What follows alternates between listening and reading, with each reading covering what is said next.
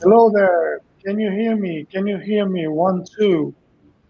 Hi, Bernardo. Good afternoon. Good afternoon, Andre. Good Hello, afternoon. Gabriel. How are you doing? Can you hear me? Yes, I can hear you pretty well. Hello, Professor. Hello, Gabriel. Fantastic. Let me check if the transmission is going. Yes, it's going. All right, we are live. There are over 27 people right now listening to us, and I can see in the channel here. Hello, everyone. Thank you for joining our live.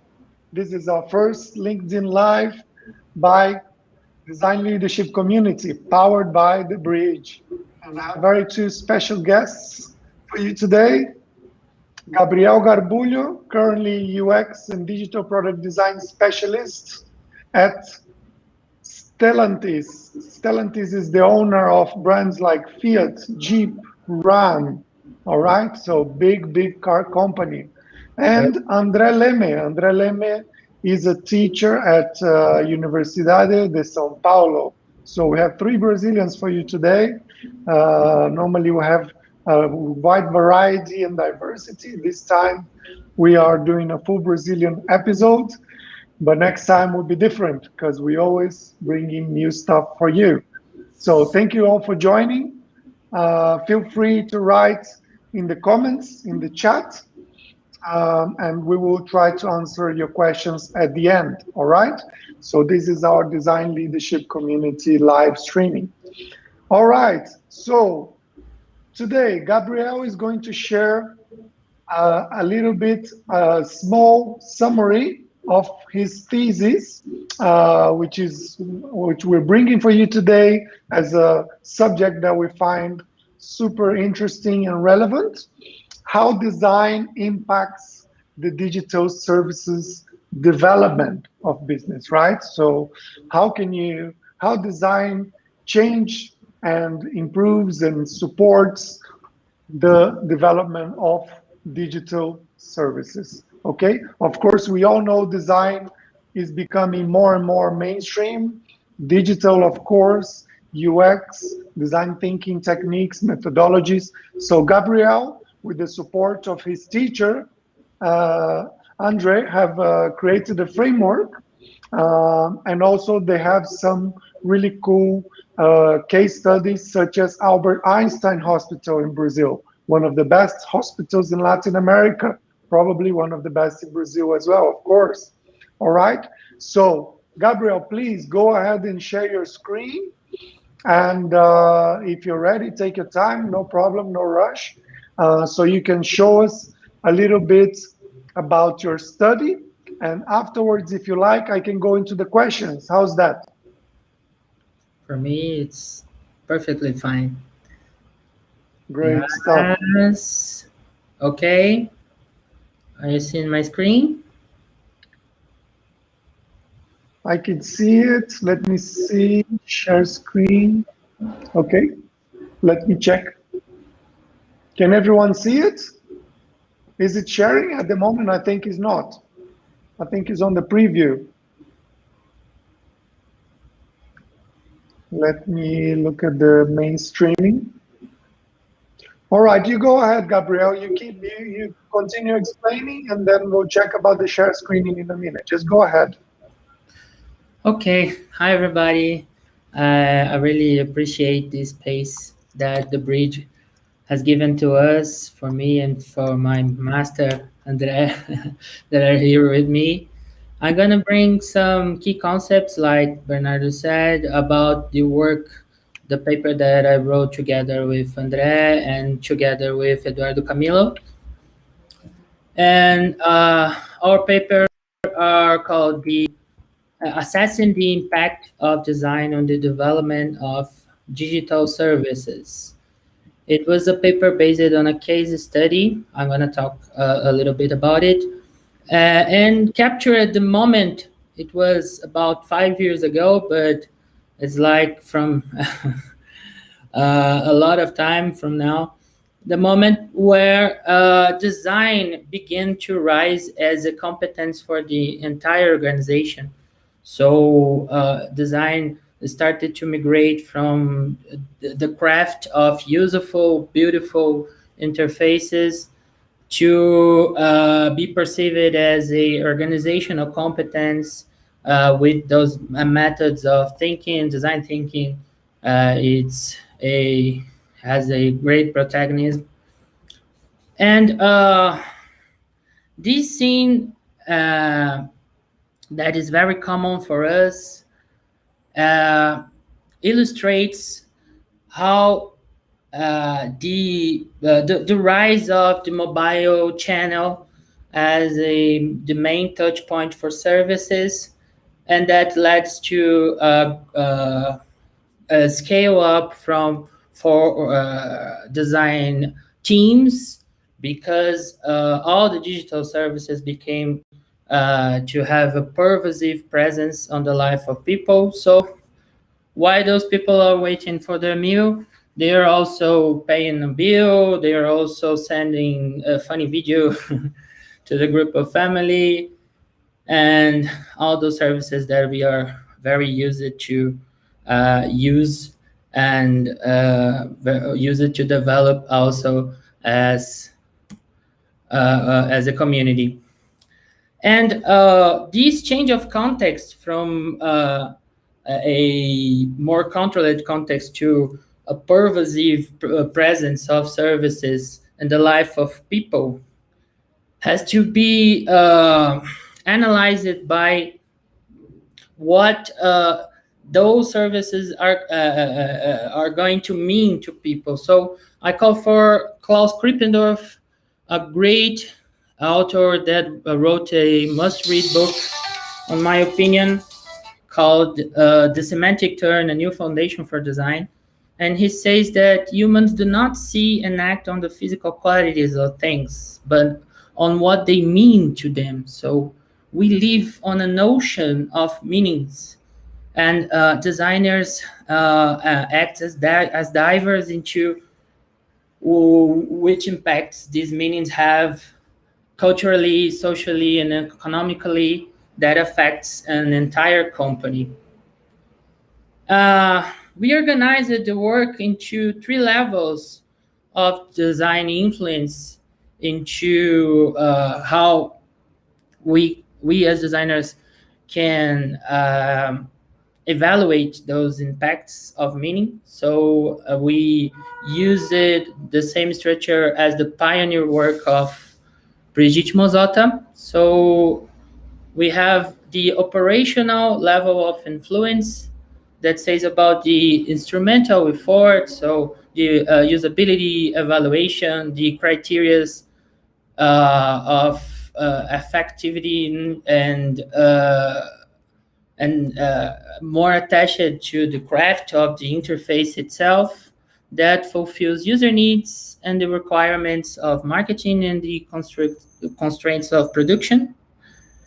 We have the tactical level, that is when we start to use the problem solving mindset developed for on the design discipline for ages to bring solutions that attends to a product view. So it's where the work starts to happen on integrated teams, on multi-skilled teams, and designers start to act to solve problems that changes the product view, that evolves with the product view on these integrated teams. And we also have the strategic dimension, when the company has a solid based culture of design that can feed the strategy with new meanings, bringing new opportunities to the discussion of the business overall strategy. So it says very much about the concept of design-driven innovation, a concept from Roberto Verganti. And design-driven innovation, it's about the gathering of new opportunities through the generation of new meanings to society. So here I brought a case from the game console market, video games, and at the years of 2000s, we had a best-selling and video game console, the Nintendo Wii. And Nintendo Wii brought a new meaning to what a game activity can be. So the previous the same generation of game consoles were thinking about game console as a passive immersion. So it's about sitting on a couch, getting a controller, and having a good time, mostly individually. And Nintendo Wii bring a new meaning of video game as a physical activity that can entertain the entire family, that bring together the grandma, the kids into a funny activity. After this, Nintendo continued to uh, creates new meanings on the game market. The meanings evolved according to the social evolution also. So now we have Right. Nintendo Switch. Hello? Okay. Okay. We have Nintendo Switch that channels all those meanings of the maker generation, and it's the best selling too, actually. So we brought these concepts to a case study that analyzed 5 Brazilian companies of different sizes dealing with web and mobile platforms for their services, and with different levels of design maturity also. And it resulted on 4 main propositions. One says about the user experience as a term that represents the inclusion of delivery of value and meaning to user, and combining instrumental and emotional criteria. So it's not just about usability, it's not about the affectivity of use, but also about the emotional evaluation and how it impacts not only the use performance, but also the commercial success. The second proposition uh, brings design thinking as a kind of language that allows designers to act for the organizational change. So designers can promote team integration and the creation of ideas, generating value to user and aligning these new values with the business strategy. The third proposition brings the agile management as a perfect fit for the design value generation, because agile culture can support the search for new opportunities, can support the harmonization of viable solutions to achieve big strategies, the strategies of the entire corporation. And the fourth proposition brings research and testing as the main activities to the dissemination of design inside the organizations.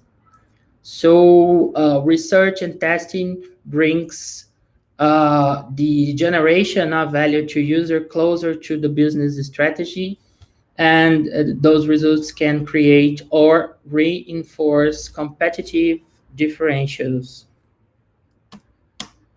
All these concepts were compiled into a interpretation framework to analyze how these strategies can change the design value creation process. So we have 2 different paths from the operational level to a strategic level, as I said before.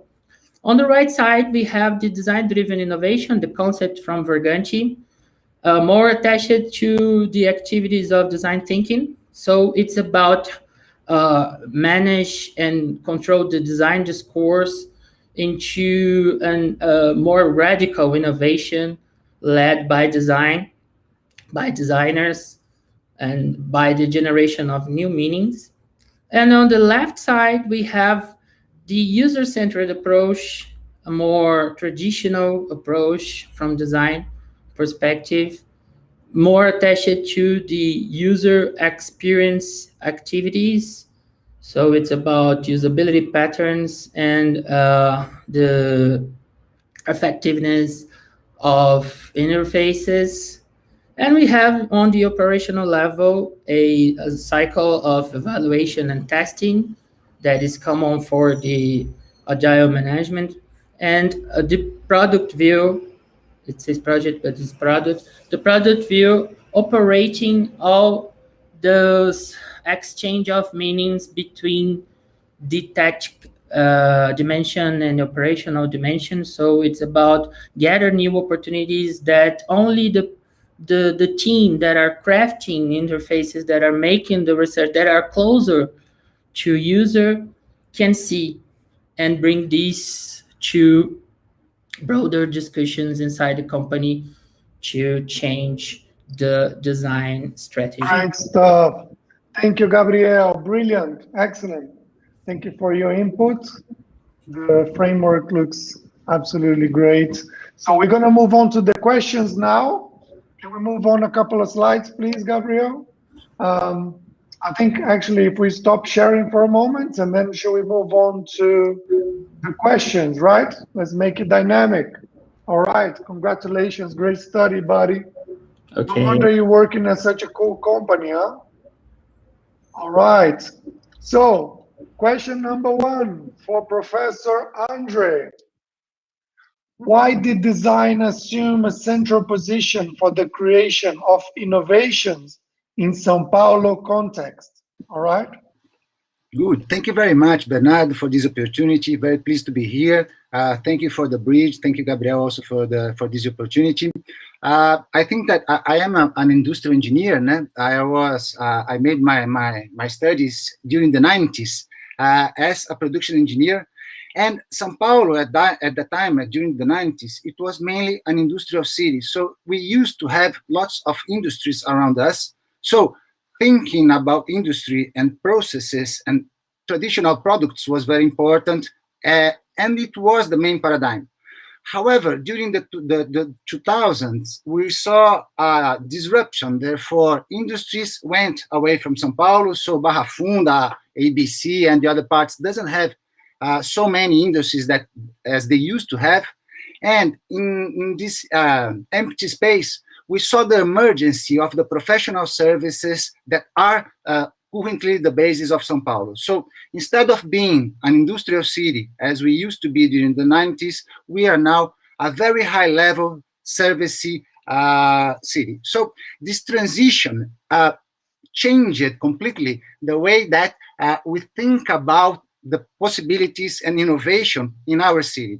If during the 90s, being efficient or providing the best value for what was expected was the competitive basis. But now we can think that going ahead, making something new, something special, something unexpected for the customer is the basis now for the competition. So São Paulo is a city that is led by services, and in the context of services and user experience, the presence and the performance of the designers are as important as an engineer, or maybe more important than an engineer, because designers have the capability of understanding users and translating these requirements for the new product or for the new service. So this is the transition.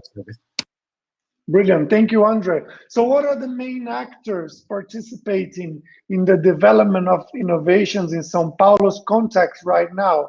Who do you think are the ones that are driving these sort of innovation projects right now in São Paulo? this is also a special question because we saw the emergence of services, but in parallel, São Paulo also become an entrepreneurial city. What does that mean? We have built an ecosystem for startups to emerge. So we currently have the services organization, which are very good customers for innovation and for the new. But we saw several other parts also being present and also acting in this environment. First, we have very good and very high skilled entrepreneurs. So we observed a generation of entrepreneurs that were formed at Stanford, that went abroad to make the startup garage at Stanford and come back and built 99, built Revelo, built Quinto Andar, built Elo 7, etc. There is a generation of entrepreneurs that came from Stanford to apply. Then we have very high skilled professionals. So at USP, at the other universities around, so GV, Belas Artes, INSPER, SPM, we have very high skilled professionals being formed and then can somehow supply this need for high skilled labor. Also, during the 2000s, we saw the emergence of venture capitals. So we didn't have venture capital until 2002. The first VC company started in 2002, and now we have a mature ecosystem for the financial services, including angels, including VCs, including private equity. So we can make the small investments, the good investments, and until the high investments. And finally, I think that we have created the dynamics for this ecosystem to be very important. What do I mean by the dynamics? Everybody's connected. So I am the university part, but I work with the capital, I work with the service companies, I work with the entrepreneurs, and we form the skilled person that will go for the market. So this is how São Paulo become a very good city for services and for entrepreneurship around hypothesis-driven mechanisms. Sounds great, Andre. I really miss going to the client meetings in São Paulo, eating some good food in the botecos, a bit of samba. So I really miss the entrepreneurial, the technology, but also the gastronomic scene of São Paulo. Living here in Santiago is not the same, but hopefully soon I'll be able to be with you again. Gabriel Garbulho, back to you, my friend. You thought the work was over, huh? No, no, no, no, no. We're gonna get the most out of you. What changes do you see in the design areas of large companies since the time of this study when you did, it was 5 years ago, until now? What has changed? Yes, there are many differences on the scenario, on the design scenario, even if it's a short period of time. But we saw the rise of the design leaderships. So the design leaders are taking the seat on the business discussion more frequently.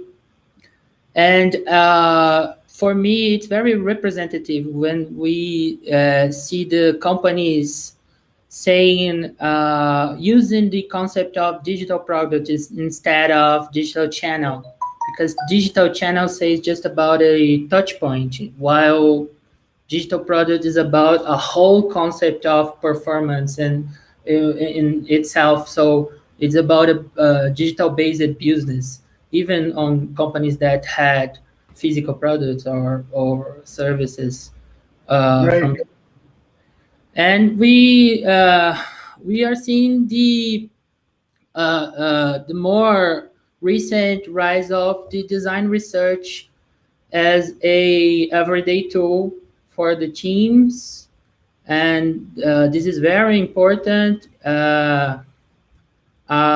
I would highlight the importance of the generative research, because could bring new opportunities and could speed up the innovation All on right.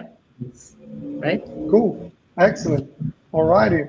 So next question, back to Andre. So how do you think design contributes to the elaboration of the corporate strategy of organizations, right? So designers want a seat at the table.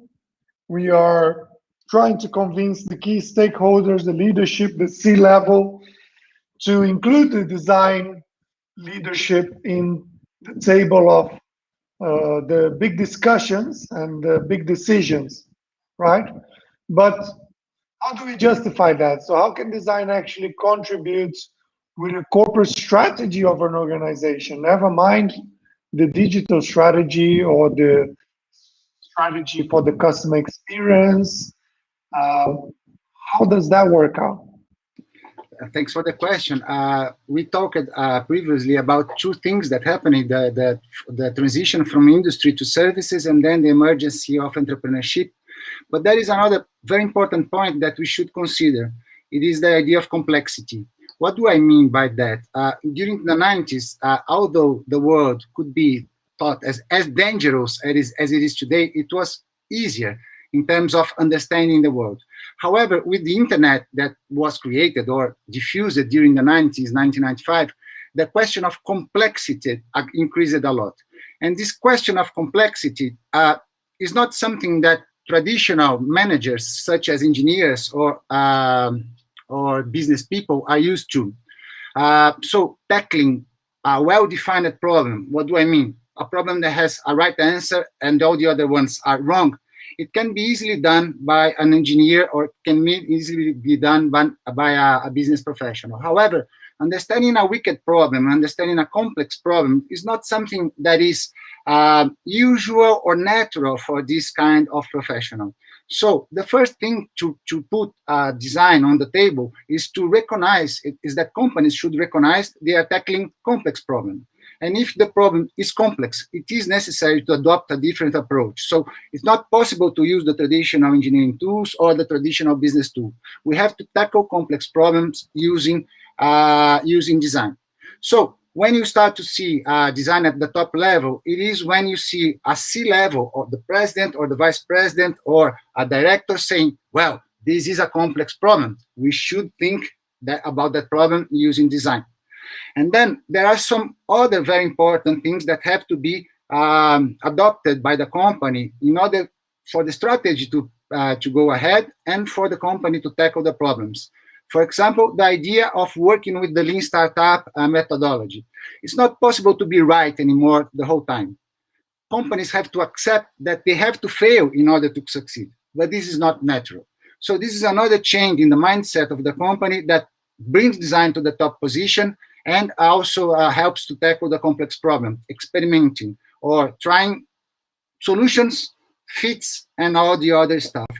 And finally, we think that design goes to the top level when companies start to adopt design thinking or the techniques and tools to tackle common problems. For example, we have a question of team, and I use design thinking to help the team to get better. Or I have something with the user, and thinking about the experience of the user is something that will help the board level to tackle this problem and to find a solution. So these are the three main components. The idea of companies understanding that they have to tackle complex problems, that it is important to go wrong in order to learn and to succeed. And finally, the design thinking is the correct approach to conduct all this kind of solution and diffusion of solution after that. Sounds great, Andre. Thank you for that. Next question for you, my friend. How does design contribute to creating an innovation culture in organizations? And I would like to hear from you the specific case study of the Hospital Albert Einstein. But be careful, because we have someone from Fleury Hospital here that already made comments on the transmission saying Fleury, Fleury. So they are cheering, huh? They are cheering that. But that's all good. That's all good. It's only a joke. So we would love to hear a little bit about this case study, because we talk a lot about theories and methodologies and frameworks, etc. But let's get to the reality here. Let's get down to the true stories. All right. Thanks. Thank you again. First, the beginning of the history is the same. We started to work with Stanford in 2013 and to learn with Stanford how they were packaging and applying design thinking in different contexts. So we were supported by Embraer when we started this project with Stanford. And when we come back from Stanford, we said, well, we have learned some new magics. We'd like to see our magics. And at this time, 2014, beginning of 2014, two companies said, yes, we want to be with you and to understand your new magics. One was Einstein and the other one was Fleury. So we have been working with Fleury also since 2014, 2015, applying more or less the same method. But what is the difference between Fleury and Einstein? We started to work with Einstein in 2014 in the very, very beginning of the creation of the innovation area. So at that time, Einstein was a company in the old paradigm that I was presenting previously. You could not be wrong. Problems should have a right answer. And finally, all the tools that were used the quality tools, the traditional quality tools. And what happened with Einstein? First, we started with the identification of the good problems, how to delight customers, how to make the doctor experience better, how to improve checkup processes, for example. So first, identifying the good problems. Then we created the idea of a design thinking course that is a more or less serious course. Therefore, the problems are real. Secondly, the teams are multidisciplinary. So you have a doctor, you have a nurse, you have someone from reimbursement, you have someone from the hotel of Einstein, and all of them are put together in the same table in order to find the solution. So you run a traditional design thinking. But what happens next? It doesn't matter the quality of the solution. All solutions will be presented for the high-level board, will be presented for directors and for president and for vice president. The good solutions, therefore, suppose that we had 8. From these 8, 4 will go for the next stage and 4 will remain on the path. The next 4 will be for the design sprint, phase. So we will have 5 days or 14 days. That really doesn't matter. But the idea is to take the low fidelity prototype from the design thinking and to put that solution in terms of very, very, very specified requirements. And we worked with Tactile, which is a good consultancy company here in São Paulo that is specialized in design sprint. So this is the second phase that Einstein created, the idea of design thinking as the first phase, but everything must pass through the gate and then has to connect to design sprint if it was approved. After design sprint, so requirements have been refined, you have another view of the solution, you have another gate. And if the solution proceeds through the gate, then it goes for the innovation lab. So we saw Einstein creating also the innovation lab with the devs, with the developers, with the UX and all, and the managers and all the stuff that happens when you have 3 very different people working together in the same project, which is one of the most important topics that we have today to analyze new types of work. And then at the lab, something that was required, only requirements will be translated into a service or a product or something like that. Then you have the big budget because you have to make this transition from requirements until the final solution. After the lab, you have another gate, that this gate is, are we going for the market or are we going to abandon the product? And then if it's going for the market, it is a completely new solution and probably not related with a surgery, which is the main activity of a hospital. So it's necessary to create the infrastructure and the environment for this solution to grow. So then we have the accelerator, which is Erets.bio, and Erets has the challenge of taking the solutions that were developed in the beginning at the design thinking, then the sprint, then the lab, and to find an entrepreneur. It can be someone from the hospital, but it can be someone from the outside, in order to be the CEO, the owner of the solution, and to make the solution grow during the different stages of the startup. Usually you are in the end of the customer validation phase, so you are almost there, but you make the final adjustments and then you go for acceleration. So something that started very, very, very early as a complex problem customer experience, doctor experience, checkups, or something like that, following all the phases can be a startup, and this startup can be part of the company organization, of the company portfolio, and about the big picture. So the company can help strategically, or the solution can be help strategically, or the solution can be profitable, or the solution can be important somehow, and then you have a new company based on the startup evolution process to explore the emerging solution. So this idea of combining design thinking, design sprint, lab, and the startup was really amazing to be observed at Einstein.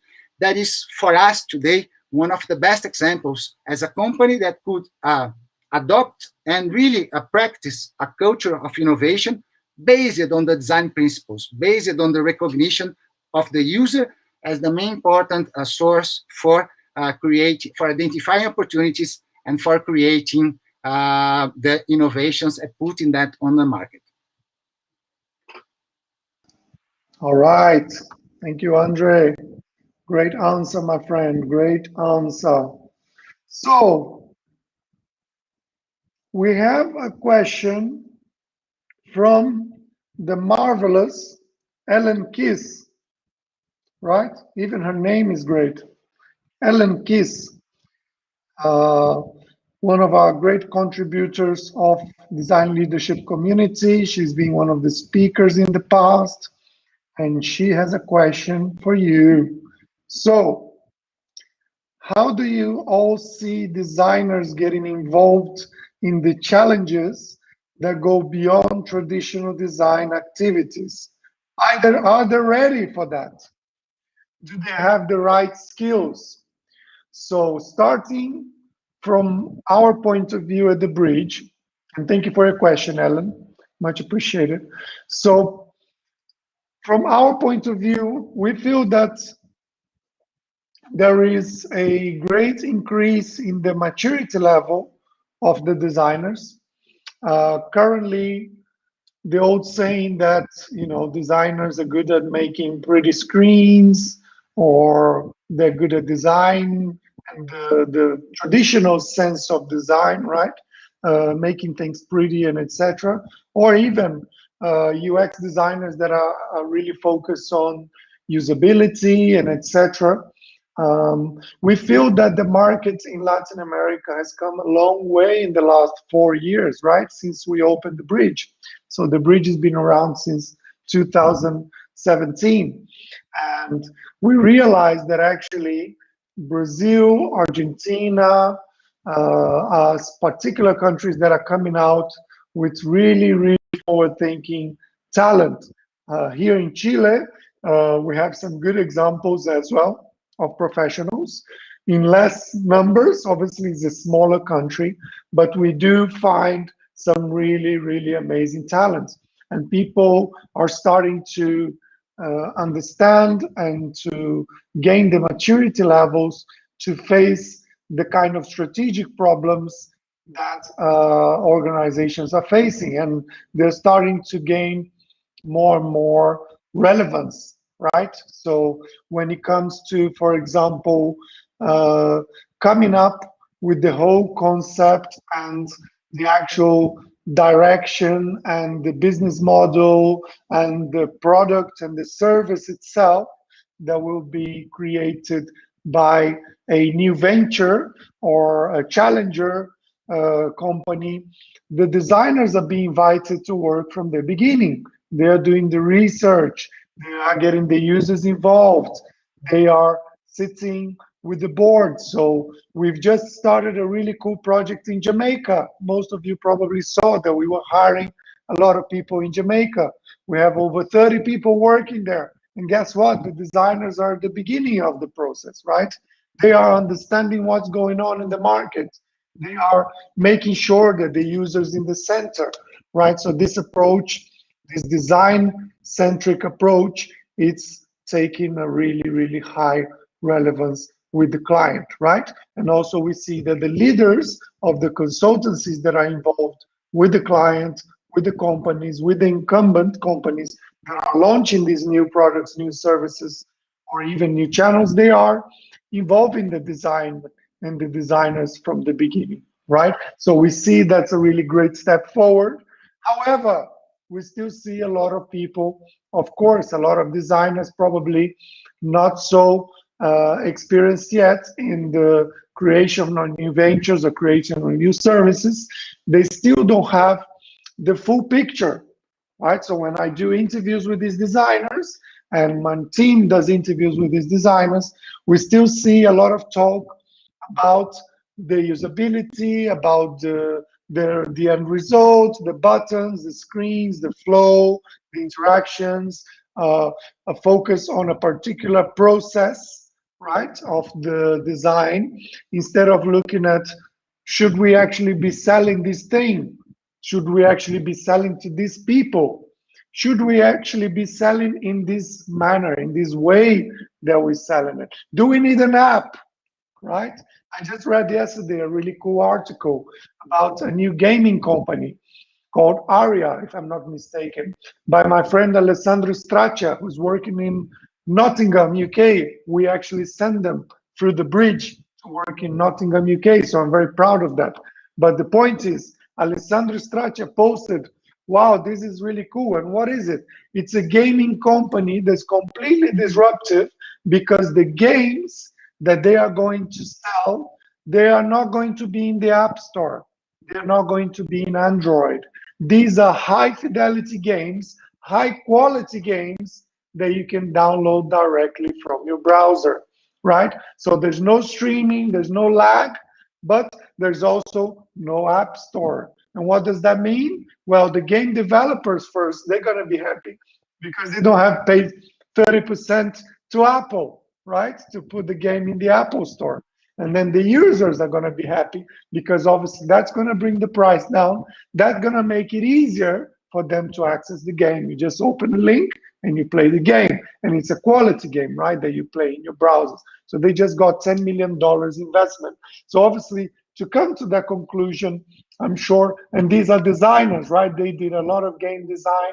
They've been working in this industry for a while. So this is really cool to see. You see professionals that are actually coming up with solutions that are really focused in the user, but of course they are benefiting the business, right? So they are helping the business because they're cutting Apple off of the picture, they're saving money, and at the same time they're providing a cool and a simple and an easy game experience for the end user. All right, so I think I kind of answered that question for you, Alan.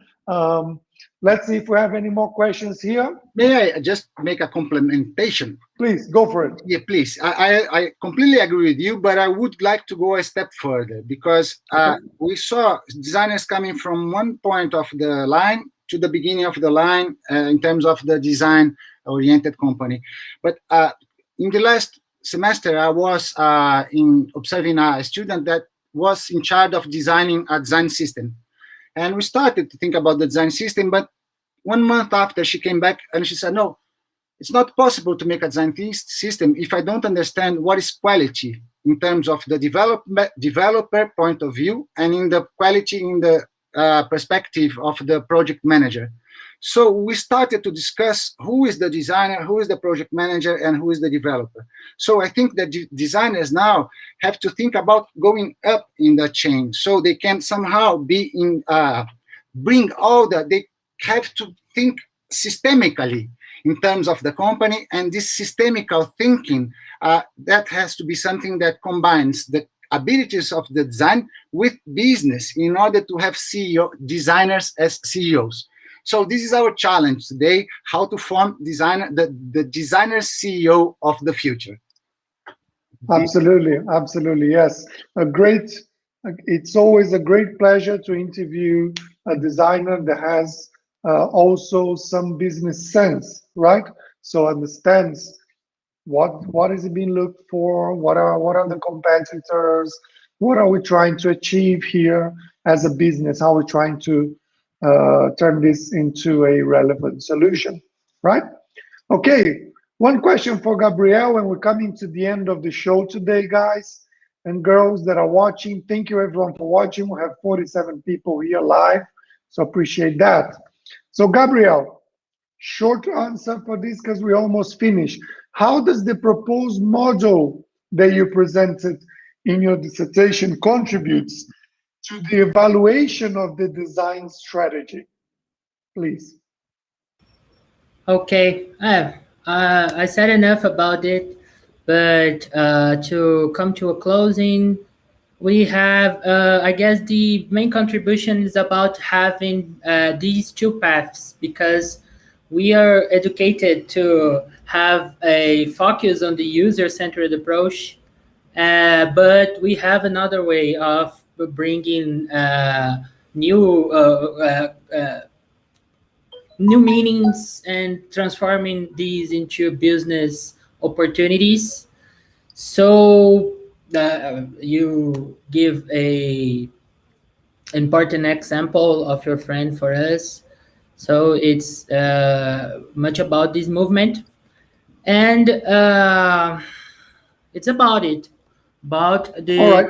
ability of bring new opportunities through design by combining new technologies, the generation of meaning, understanding the social movements and the social evolution. Great. Thank you, Gabriel. All right.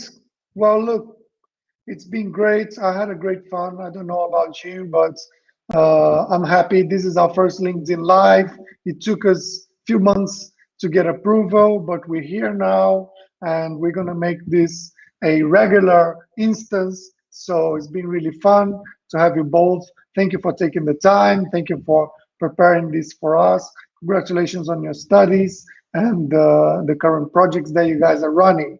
All right. Thank you to the audience. This was Design Leadership Community, powered by The Bridge. This is a monthly event, but who knows? It was so much fun that we might start doing it even more often. All right? If anyone wants to listen to this afterwards, it's recorded, it's going to be on. And if you have any questions, feel free to drop us a note, send me an inbox. Gabriel as well, if you want to write to him, get the presentation, get a copy of it. We're here for you. All right. Don't forget to check out the jobs. Of course, we have hundreds of jobs around Brazil, Latin America, and beyond. And if you're looking for talent, not just UX and design talent, of course, we have data scientists, agile squads. We are building complete squads for our teams now, not just individual talents. We have developers, front end, back end. We have a lot of data people as well, and more. All right. So get in touch with us. Here's the link. We look forward to the next live. And tomorrow is Friday. So enjoy. Have a good rest and take care of yourselves. Bye now. Bye.